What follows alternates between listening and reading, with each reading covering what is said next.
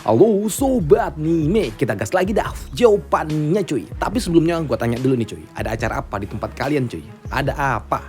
Seru nggak di tempat kalian? Kalau di tempat gua, udah habis lombanya. Nggak ada lagi cuy, nggak ada. Panjat pinang pun nggak ada cuy, karena ya memang nggak ada lahan lagi untuk nanam pinang yang nggak ada. Udah jadi rumah, waduh. Dah lah. Tapi tunggu dulu ya, ada yang ngasih sedikit cemilan nih dari DS. Maaf Min, kecil. Sisa beli kuota, buset dah tuh. Duit sisa nggak tuh? Waduh, nggak apa-apa nih, mantap nih. Lumayan nih untuk beli cilok. Waduh, ditambah dari buat bayar parkirnya bang. Waduh, edan, dah lah. Tapi ya tetaplah terima kasih ya untuk kalian yang telah ngasih. Dan ya oke, gaskan lagi lah. Oke, kita gaskan lagi dah si jawabannya. Langsung aja kita gaskan. Mereview sedikit dari part sebelumnya, Yumier yang kini mencoba untuk dapat menyerang UWR lawannya yang ada di atas arena dengan menggunakan kekuatan jiwa, membuatnya harus terkena serangan efek balik ketika UWR dia menggunakan sebuah harta iblis tingkat tinggi lainnya pula yang telah disiapkan oleh Zovan. Namun ketika UWR dia bersiap untuk melakukan serangan ofensif, barulah kepercayaan diri milik Humier justru datang, bahkan langsung menyerang. Karena di sini Humier dia dapat melihat dengan sangat jelas celah besar yang telah diciptakan oleh UWR ketika dia bersiap untuk melakukan tindakan agresif.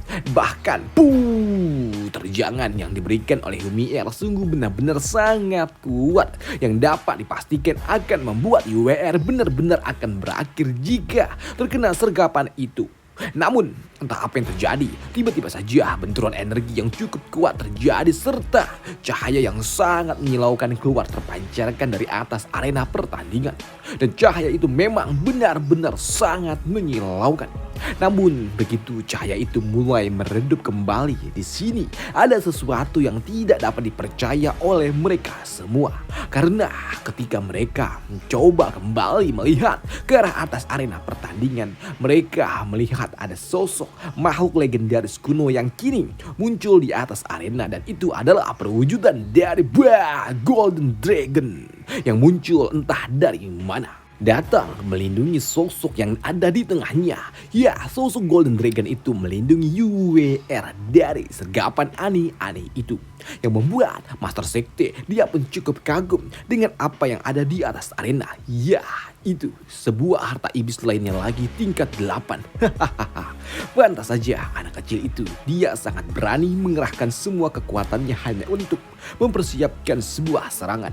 Ucap dari Master Sekte. Dan untuk Tetsuhashi yang melihat UWR kembali mengeluarkan harta iblis tingkat tinggi lagi untuk ketiga kalinya, jelas hal itu mengejutkan bagi dirinya dan itu membuatnya berujar, apa-apaan itu? Bagaimana dia bisa melakukannya? Dia hanyalah murid luar, tapi bagaimana dia bisa memiliki semua item-item kelas atas seperti itu? Ucap dari Tetsuhashi yang terkejut. Dan hal itu juga sangatlah wajar, karena memang untuk Master Sekte sendiri, dia juga kagum bagaimana bisa Zovan dapat mengeluarkan banyak harta iblis tingkat tinggi begitu saja dan memberikannya kepada seorang pion.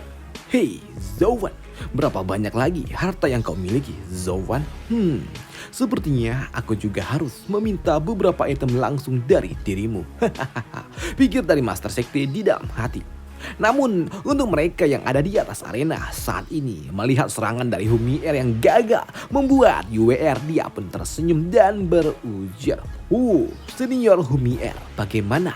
Untuk sekarang tertangkaplah kau. Karena ini adalah sebuah harta iblis penahan jiwa tingkat 8. Sebuah item khusus yang merupakan armor naga tingkat tinggi. Dan di saat orang lain menyerangku, mereka akan terkunci dan tertangkap oleh armor gila ini dan tidak akan dapat dipastikan dia bergerak seinci pun. Dan dengan begitu kau tidak akan dapat kabur lagi, bahkan jika kau memaksa untuk dapat pergi dari tempat ini. Ucap dari UWR sembari tersenyum dan tentunya kuda-kuda serangannya telah dia matangkan untuk dapat menyelesaikan pertandingan ini. Dan tahu kalau ini benar-benar sangat amat berbahaya dan benar-benar dapat mengakhiri hidupnya. Membuat Humier dia menjadi panik gila. Tidak. Apa yang kau lakukan? Kau menjebakku. Sejak kapan kau menjadi rubah licik seperti ini? Ucap dari Humier yang panik. Karena di sini UWR dia bersiap untuk dapat mengakhiri segalanya. yang ada di atas arena pertandingan. Dan itu adalah akhir yang benar-benar menyedihkan bagi lawannya. Karena untuk saat ini Humier dia benar-benar berakhir dengan tubuhnya yang sangat-sangat mengenaskan hingga harus disensor. Karena ini benar-benar sangat mengerikan untuk dapat ditampilkan. Dan apa yang ada di atas arena jelas hal itu mengejutkan bagi mereka semua yang telah menyaksikannya. Untuk Lu Xiao, Guihu, mereka juga tidak percaya bagaimana bisa merekan mereka dapat menjadi seperti ini. Dapat dikalahkan hanya dengan satu gerakan yang seperti itu.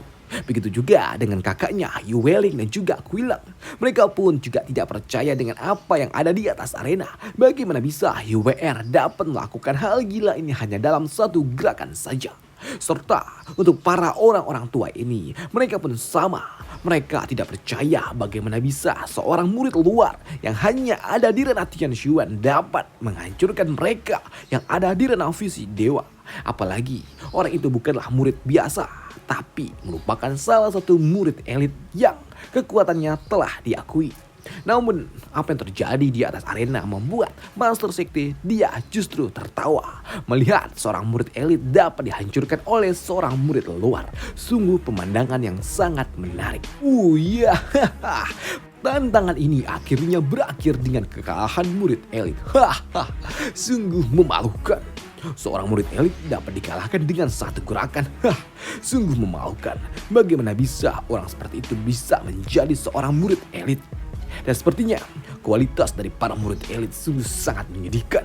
Ucap dari Master Sekte yang membuat Tetua Shi yang mendengarnya dia pun muak. Karena dia tahu kata-kata dari Master Sekte itu ditujukan kepada dirinya. Karena sebelumnya Master Sekte memang sedari awal dia juga memang telah tidak menyukai kiprah dari Humier dan menganggap Humier itu tidaklah layak.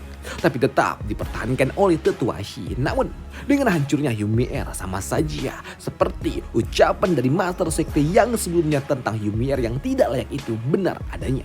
Maka dari itulah karena dia tidak lagi dapat melawan Master Sekte dengan langsung.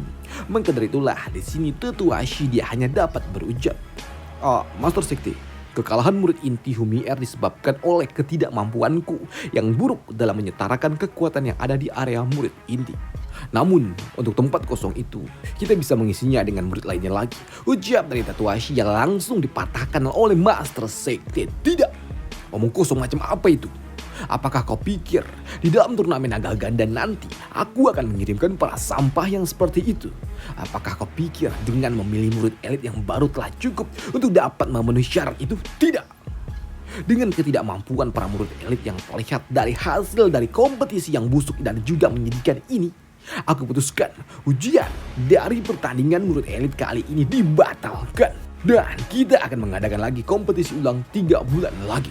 Ucap dari Master Sekte yang akan membatalkan pemilihan murid elit yang telah diatur oleh para tetua. Dan itu juga tentunya membuat Tetua Shi dia menjadi panik. Karena ini sama saja dengan kekalahannya. Selain harus kehilangan seorang murid elit, di sini Tetua Shi dia juga berpotensi akan kehilangan lebih banyak muridnya lagi jika kompetisi akan diulang.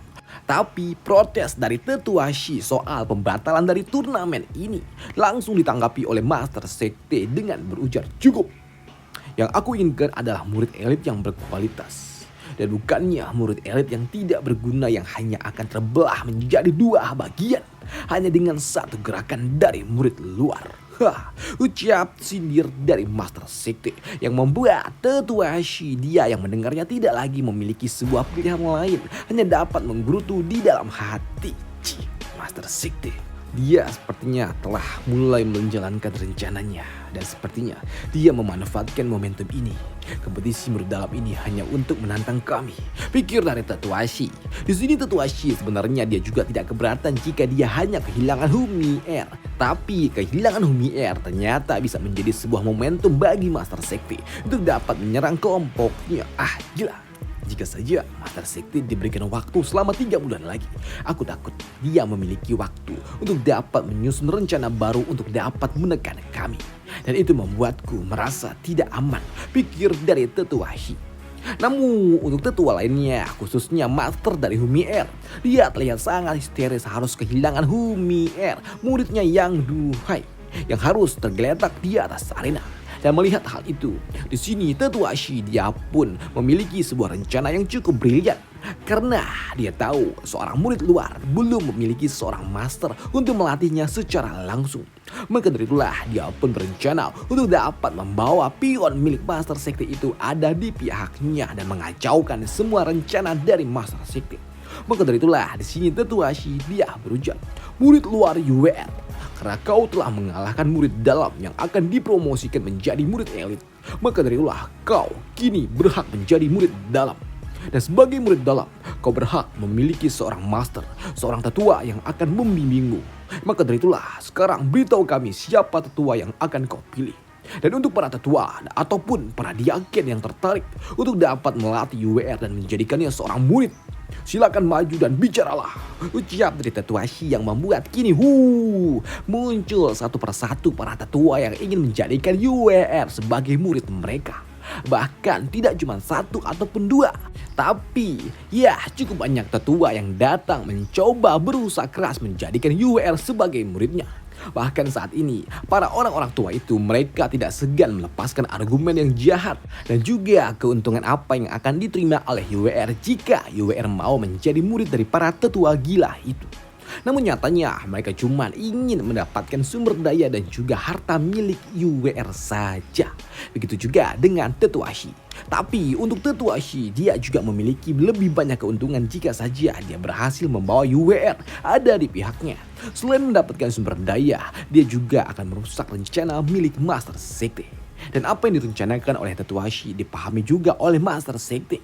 Dan itu membuat Master Sekte dia berujar, tetua Shi, kau berpikir kalau gadis kecil itu adalah pionku. Pion yang telah aku siapkan selama bertahun-tahun. Dan kau pasti berencana untuk memasukkannya masuk ke dalam murid dalam dan mencoba mengambilnya dari diriku. Dan kau pasti ingin berupaya untuk mengacaukan semua rencanaku. Tetua Shi, rencana kau sungguh sangat luar biasa. Tapi hanya saja ada satu hal yang tidak kau ketahui. Kalau nyatanya pion kecil itu bukanlah milikku, tapi dia adalah milik Zauvan. Dan jika kau mengambilnya sekalipun, Zauvan, dia dapat menciptakan pion kecil lainnya lagi dengan sangat mudah di area kamar budak. Semua yang kau lakukan sungguh tidak ada gunanya, tetua Shi. Karena rencana milik Zauvan sungguh sangat amat luar biasa. Ucap dari Master Sekte di dalam hati yang kini pergi meninggalkan area depan dan kembali duduk di belakang. Namun untuk tetua Shi yang melihat Master Sekte mundur ke area belakang dan tidak tertarik dengan siapapun yang akan menjadi tetua ataupun master yang akan membawa UWR, membuat tetua Shi dia menjadi sedikit curiga. Dan itu membuatnya berujar di dalam hati, hei, ada apa ini? Dia akan membiarkan pionnya begitu saja dan meninggalkannya? Apakah dia memiliki rencana lainnya lagi apa bagaimana? Pikir dari tetua Shi, tapi ya sudahlah. Karena UWR memiliki banyak harta iblis tingkat tinggi dan juga informasi penting tentunya tentang rencana dari Master Sekte, membuat tetua Shi dia tetap akan mengambil UWR. Maka dari itulah dia berujar, ya Master Sekte, lihatlah para tetua dan juga para diaken. Mereka telah sangat bersemangat untuk membawa anak itu menjadi muridnya. Tapi sayangnya anak yang seperti ini cuma ada satu.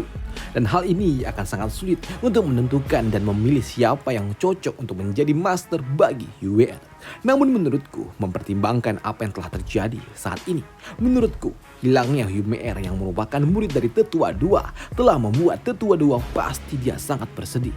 Maka dari itulah aku sarankan agar UWR dia menjadi tanggung jawab dari tetua 2 agar dapat menghibur sedikit hati dari tetua 2.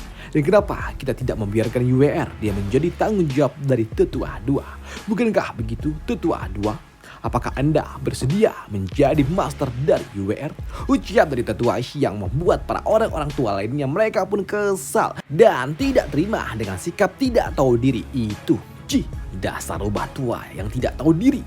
Pada akhirnya dia memilih untuk membawa UWR ke sisinya. Sudah jelas sekali, pasti orang tua itu dia hanya ingin harta iblis tingkat tinggi milik UWR saja. Ya, itu benar, sambut dari tetua lainnya. Tetua 2, dia adalah bagian dari Tetua Shi pula. Mereka ada dalam satu kelompok yang sama. Dan setelah mereka mendapatkan gadis kecil itu, mereka pasti akan membagi 2 harta milik UWR untuk mereka sendiri. Dan tentunya sumber daya dari para murid juga akan mereka dapatkan. Sungguh orang tua yang sangat licik, ucap dari para orang tua lainnya. Dan ketika mereka mendengar kalau saat ini Tetua Shi juga mengincar UWR.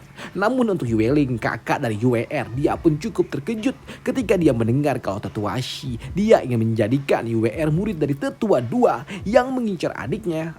Gila. Membuat Yueling dia jadi takut. Gila. Bagaimana bisa ini terjadi? Aku dulu pernah menjadi target dari orang tua itu. Dan aku tahu sikap menjijikan apa dari orang tua itu yang membuatku harus terpaksa memberikan tanda ini di wajahku agar aku dapat lolos dari jeratannya. Tapi sekarang, apakah UWR dia harus melakukan hal yang sama seperti yang apa aku rasakan dulu? Tidak. Aku tidak mau UWR dia harus merasakan hal menjijikan itu, ucap dari Yueling di dalam hati. Namun di sini tiba-tiba aja muncul seorang pria tua lainnya yang datang mematahkan kata-kata dari Tetua Shi yang ingin menaruh UWR ada di sisinya. Dan itu membuat orang tua ini dia berujar, Tetua Shi, sepertinya kau salah. Di dalam sebuah pertandingan antara murid, tidak ada yang namanya dendam. Karena ketika kau telah berdiri di atas arena, maka kau harus bersiap untuk menaruh segalanya di atas sana, termasuk nyawamu. Dan aku serta kau sebagai seorang tetua harusnya telah paham akan hal itu dan akan menerima apapun yang akan terjadi kepada murid kita. Dan kita sudah tahu pasti konsekuensi apa yang akan diterima oleh para murid ataupun perasaan kita pribadi. Namun untuk saat ini, aku memiliki sebuah pilihan lain untuk anak itu. Saat ini, aku memiliki murid yang bernama Yueling. Dan dia kebetulan sekali adalah saudari dari gadis kecil itu.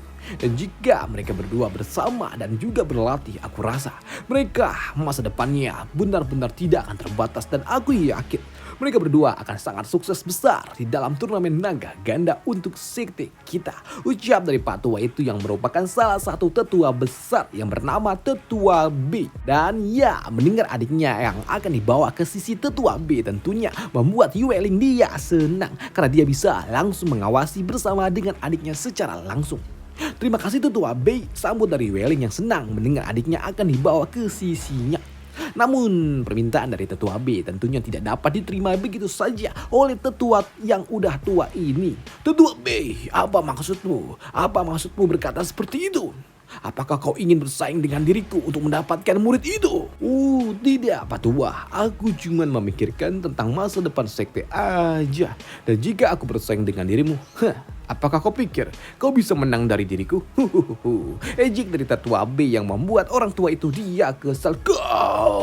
Namun perselisihan itu dihentikan juga langsung oleh Tetua Shi. Cukup. Tetua B, apa maksudmu berkata seperti itu? Apakah kau ingin menggunakan kekuasaanmu sebagai tetua besar untuk menekan para tetua lainnya? Ya, kenapa tidak? Kenapa kami para tetua besar tidak boleh melakukannya? Lagi pula kami memiliki kualifikasi untuk dapat melakukannya. Bukankah kau pun sama, Tetua Shi? Ucap dari orang tua lainnya yang merupakan master dari Kuilang. Dan dia adalah Tetua Qi yang membuat Tetua Shi dia berujar. Jadi kau juga ingin ikut bersaing, Tetua Qi? Ya, why not? Ujar dari Pak Tua itu sembari ngupil nggak tuh. Waduh, buset dah. Pantas aja dah Kuilang sikapnya kacau. Lah gurunya juga kayak gini cuy. Wong gurunya aduh sama-sama kacau. Masa ngupil. Waduh. Dah lah gitu aja untuk hari ini ya. Karena memang ini udah mentok sama raunya. Jadi ya seperti ini aja lah. Cukup ya oke lah. Dan ya siapakah yang akan dipilih oleh UWR untuk nantinya? Apakah Tetua Shi ataukah ya Tetua 2 atau Tetua Qi ataupun Tetua Qi atau Tetua B? Aduh repot banget ngomongnya. Ya gitulah, di antara tetua itu manakah yang akan dipilih oleh UWR atau UWR tidak memilih sama sekali? Tidak tahu. Ya sebenarnya udah tahu sih, pura-pura nggak tahu aja. Waduh. Ya dan ya udah gitu aja, dan sampai jumpa di part selanjutnya. Bye dan terima kasih dan tolong bantu like-nya. Bye. Thank you.